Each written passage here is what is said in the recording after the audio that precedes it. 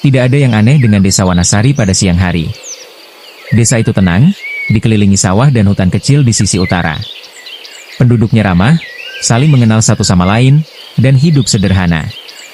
Anak-anak bermain di jalan tanah, para ibu berbincang di teras, sementara para lelaki pulang menjelang maghrib. Namun, semua ketenangan itu hanya milik matahari. Karena sejak 6 bulan terakhir, setiap penduduk desa Wanasari tahu satu aturan tak tertulis. Jangan buka pintu setelah jam 1 dini hari. Awalnya hanya satu rumah. Rumah Pak Sastro, di ujung desa. Malam itu, tepat pukul 1, terdengar ketukan pelan di pintu kayunya. Tok, tok, tok. Istrinya terbangun dan bertanya siapa di luar. Tidak ada jawaban. Pak Sastro membuka jendela, tidak ada siapapun. Ia mengira hanya mimpi atau ranting jatuh. Namun malam berikutnya, ketukan itu kembali. Dan malam berikutnya lagi. Selalu jam 1 tepat.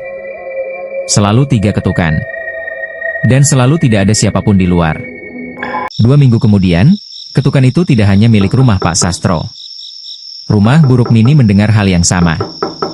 Rumah Pak Karta juga. Lalu rumah-rumah lain. Hingga akhirnya, pada satu malam yang dingin, seluruh desa terbangun bersamaan. Tok, tok, tok. Serentak. Di setiap pintu rumah. Tidak ada yang berani membuka. Anjing-anjing melolong, ayam berkokok ketakutan, dan udara terasa berat seperti ditekan sesuatu yang tak terlihat. Setelah itu, desa sunyi kembali. Sejak malam itu, warga sepakat, pintu dan jendela harus dikunci sebelum jam 1. Lampu dipadamkan. Tidak boleh menyahut ketukan. Tidak boleh mengintip lewat celah. Karena yang mengetuk bukan manusia, bisik orang-orang tua. Beberapa warga nekat membuka pintu pada malam-malam awal. Mereka tidak pernah benar-benar kembali. Pak Darman, yang membuka pintu karena mengira anaknya pulang larut, ditemukan keesokan paginya duduk di kursi ruang tamu. Matanya terbuka. Mulutnya tersenyum kaku. Dan kuku-kukunya penuh tanah hitam. Aku, Arga, guru pindahan di desa itu, awalnya tidak percaya cerita mistis. Namun malam pertamaku di Wanasari mengubah segalanya. Jam dinding berdetak keras.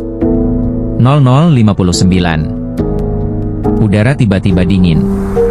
Lampu berkedip. Pukul 1 tok, tok, tok. Ketukan itu tidak keras, tapi sangat dekat. Seakan tangan itu menempel di pintu. Aku menahan napas. Lalu suara itu datang. Arga? Aku membeku. Itu suara ibuku. Padahal beliau sudah meninggal 5 tahun lalu. Buka pintunya, dingin. Air mataku jatuh tanpa sadar. Ketukan berubah menjadi lebih cepat. Tok tok tok tok tok. Aku menutup telinga. Tak berani bergerak.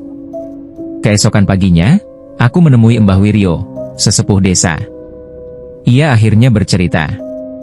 10 tahun lalu, desa ini pernah melakukan kesalahan besar. Ada seorang dukun perempuan bernama Nyi Sarinten, dituduh membawa wabah.